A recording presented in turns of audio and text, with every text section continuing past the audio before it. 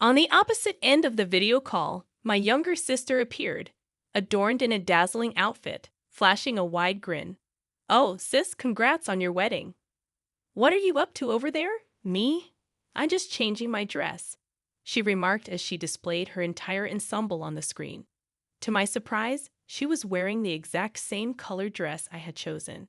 Curiosity got the better of me as I wondered what a wedding without any relatives would feel like. "I'd love to see it," I responded innocently.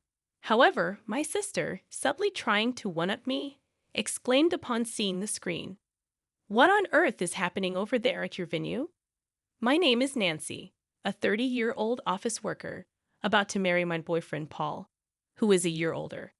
We both share a passion for watching professional baseball and met at a baseball stadium. He proposed on the way home from a game, and we found ourselves in a situation akin to the seventh-inning stretch, not allowing a run despite having runners on base. However, an unexpected adversary emerged: my sister Lily, 4 years younger. Lily, with a cute face even more adorable than mine, harbors a slightly twisted personality.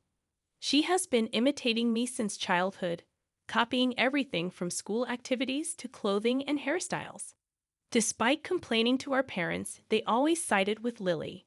While our sisterly relationship isn't bad, there were moments when the greatest hate sprang from the greatest love. Even in matters of marriage, Lily mimicked me. After introducing each other to our parents and going through the engagement process, Paul and I started preparing for our wedding. We embarked on a journey to find the perfect wedding venue, meticulously comparing estimates and dates, engaging in serious deliberations. Our dedication mirrored the careful consideration we put into predicting the starting lineup of our favorite baseball team.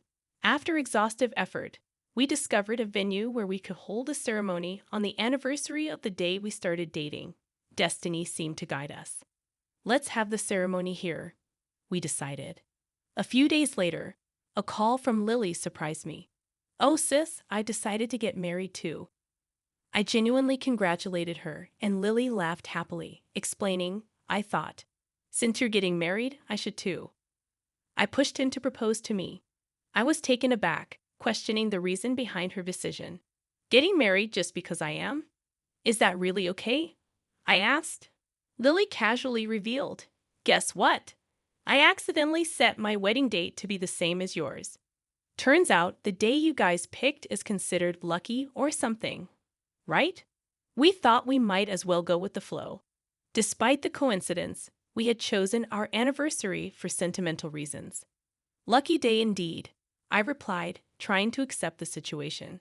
However, my bewilderment grew when Lily added, "We decided to get married on our anniversary. Why on earth would she do something so unreasonable?" "What about the guests? Isn't it better if they attend my wedding? I mean, come on. Guests will have more fun if the bride is cute, don't you think? You just can't pull that off, sis." I was left dumbfounded by her audacious plan, contemplating the impact on our guests. "So that's the plan. All our relatives will attend my wedding." "I've already contacted everyone in our family," Lily confidently declared. Lily's abrupt hang-up left me in a state of panic.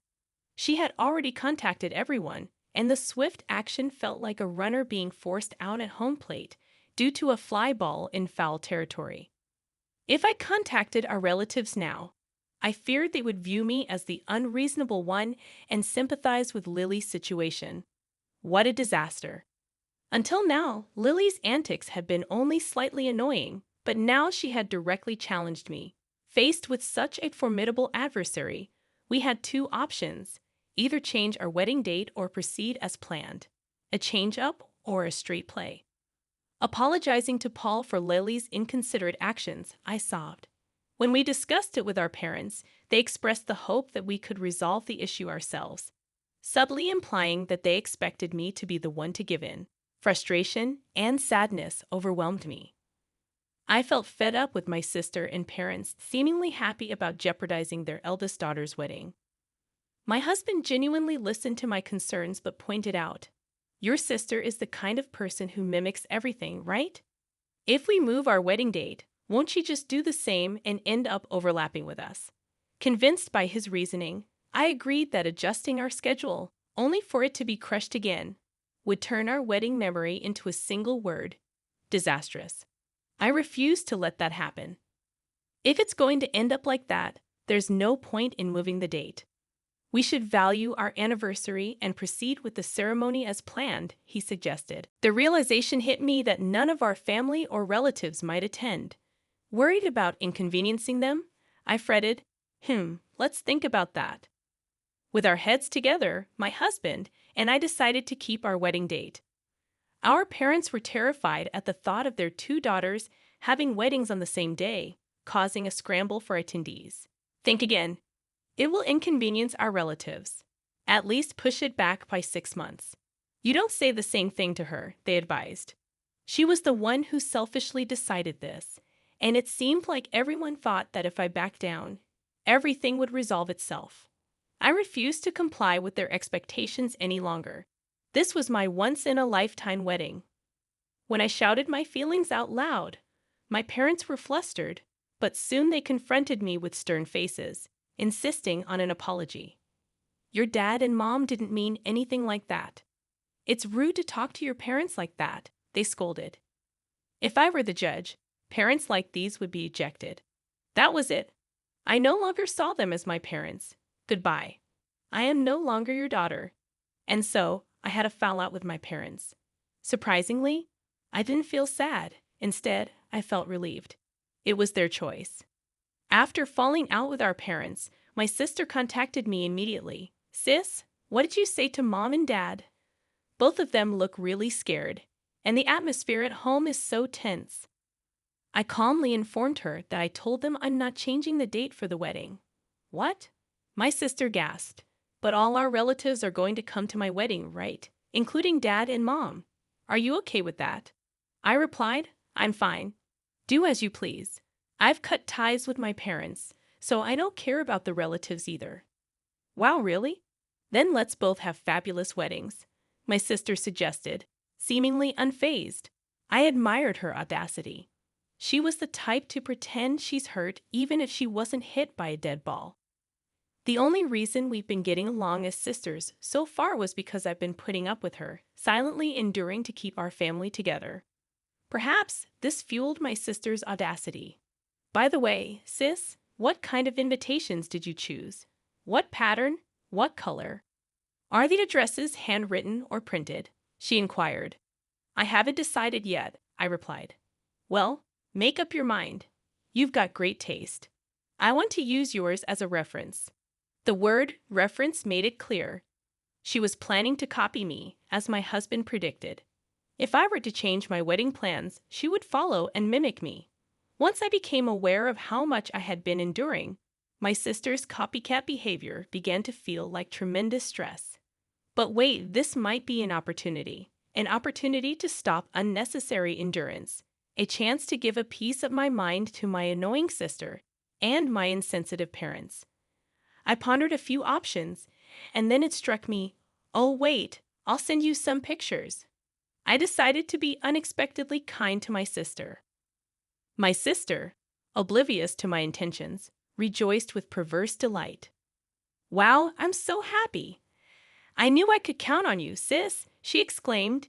If she wanted to rely on me, then so be it. Even I am capable of pulling off a trick play. After that, I lost all contact with our parents. We cut ties. But I still kept in touch with my sister.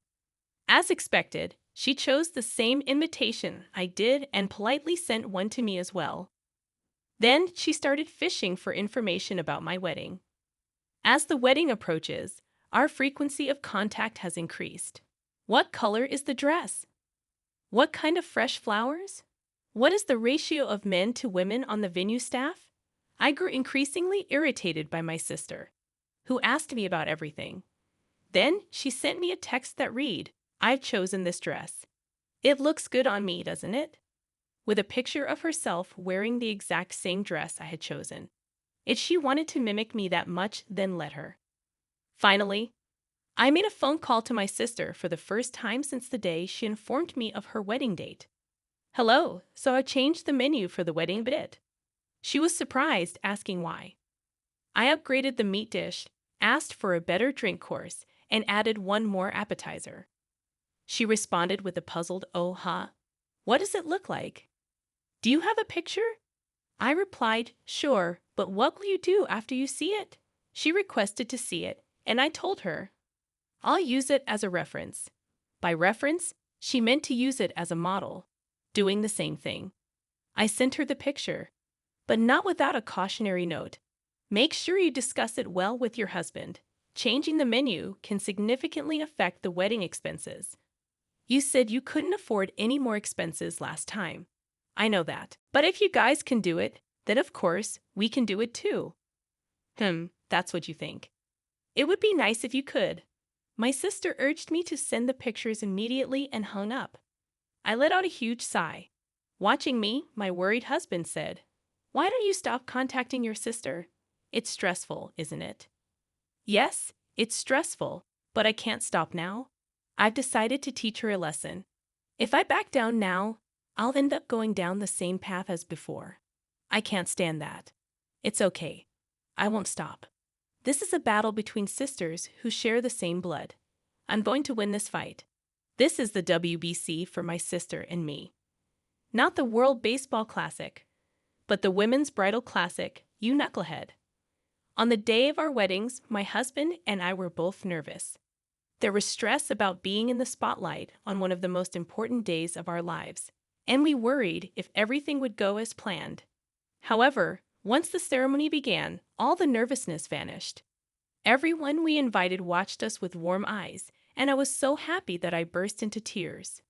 The reception following the ceremony started smoothly, and I was on cloud nine.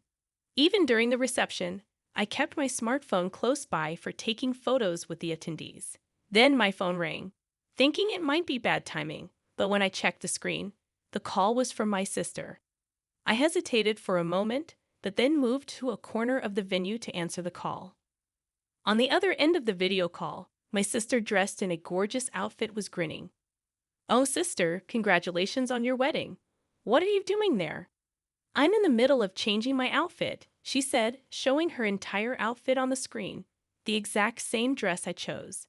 "I was wondering what it's like to have a wedding without relatives. I want to see, show me." Okay. I switched the camera and showed her the venue. Seeing the situation, my sister raised a surprised voice. "What's going on with your venue? It looks like a standing party." That's right. Instead of a regular reception, we decided to have a pay-as-you-go wedding reception party. What? When my sister decided to have her wedding on the same day, we realized that a regular reception would be difficult. Honestly, we felt helpless. So we consulted with the venue staff, and they proposed this idea of a pay-as-you-go wedding reception party. We decided not to have a formal reception, but a casual party instead. We made the opening speech, the toast, and the closing speech. The rest of the time was dedicated to chatting and recreation. We asked the guests to contribute an attendance fee and didn't accept any gifts. The food was buffet style. Normally, a reception serves a full-course meal, limiting the number of people at one table. With buffet style, you can increase the number of people around a table, inviting more guests. The attendance fee multiplied by the number of invitees became the budget for the reception. So, the more you can invite, the bigger your budget becomes. And because it's an attendance fee and not a gift, it's easier to manage the finances. We were able to increase the grade of the food within our budget. The reason I was able to be on the phone at the edge of the venue despite being the main character is that it's a casual party. I didn't know anything about that. I wasn't told. Why not? Because you would have just copied it. I didn't want you ruining my special day anymore. If I told you, I would have to tell the bosses and relatives that I already invited not to come. On the other end of the phone, my sister's mouth was hanging open, her face looking a bit pale. "That dress looks good on you." Yeah. But you're going to wear it too, right? You said you were going to change outfits." "I've already worn it for the photo shoot, so I won't be wearing it today. We're changing into the team's uniform for the rest of the ceremony. We've invited our fellow baseball fans. We're really looking forward to having a blast. But that's nothing like my wedding. It might not be. Well, let's both have a wonderful day. Bye. With a full-hearted smile, I waved to my sister. I felt refreshed, like I had finally settled a grueling match. I returned to the circle of guests with a bright mood. Later, I sent a postcard announcing my marriage to relatives. According to a relative who called to congratulate me, my parents avoided talking about me as much as possible on the day of the wedding. When asked if we had a fight, they replied, "She is no longer our child." Wow, so I'm no longer their child. Just what I wished for. I don't need parents who take my sacrifices and patience for granted. I'll leave them behind. My sister was emotionally unstable in the latter half of the wedding. Up until then, she was over the moon as the star of the show. But that changed as soon as she came back from changing her outfit. She was restless and couldn't calm down, nervously attentive to the staff's movements and the flow of the reception. She even asked if they could change the dishes from that point on, or if there was anything that could be canceled. How unreasonable. The venue staff must have had a hard time. As long as she was copying me, she could escape responsibility by saying, "I did the same as my sister." But this time, on the big stage of the wedding reception, she couldn't use that excuse because my sisters and my weddings were completely different. The responsibility for ignoring the budget and demanding upgrades to the food and changes to the outfits all fell on my sister. She probably started looking for a realistic line in a panic, but it was a little too late. According to the relative who told me the story, the food was wonderful because they changed the usual menu to mimic the food at my wedding party. It was a special menu, and on top of that, they upgraded the food. So the cost of the meal alone must have been hefty. Changing outfits also incurs costs for the dress and makeup. I wonder how much the total payment was. It's like signing a free agent without considering the team's budget, and as a result, the cost unnecessarily ballooned. The relationship with the husband's parents deteriorated, affecting the couple's relationship.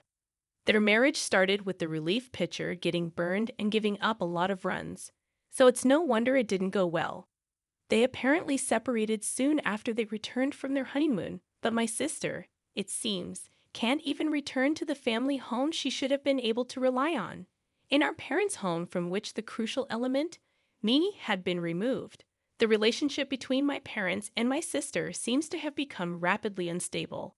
She told me everything, probably to put the blame on me, even though I hadn't asked for any of it. Divorce seems inevitable. It's a pity, but I don't feel guilty at all. When she finds her next partner, I hope she will think and act independently. Once the rush of the wedding was over, my husband and I visited my in-laws. We went to express our gratitude once again to my in-laws who understood our decision to forego a wedding ceremony and reception with relatives and to hold a wedding party instead. To our surprise, my in-laws had prepared a luxurious cake for us as a surprise. The room was beautifully decorated, and there were pretty flowers everywhere. They warmly welcomed us, congratulating us on completing the party. Despite not being able to see their son in his tuxedo because of my circumstances, they were incredibly kind to me. I was so grateful and moved that I burst into tears in front of my in-laws who were holding up their cameras. My husband and I cut into the cake together, wedding cake cutting. Despite losing heavily to the opponent's lucky 7th inning, we managed to hit a grand slam and pull off a spectacular comeback. We swept away the old family, and now it's the start of a new life. We will surely be happy from now on.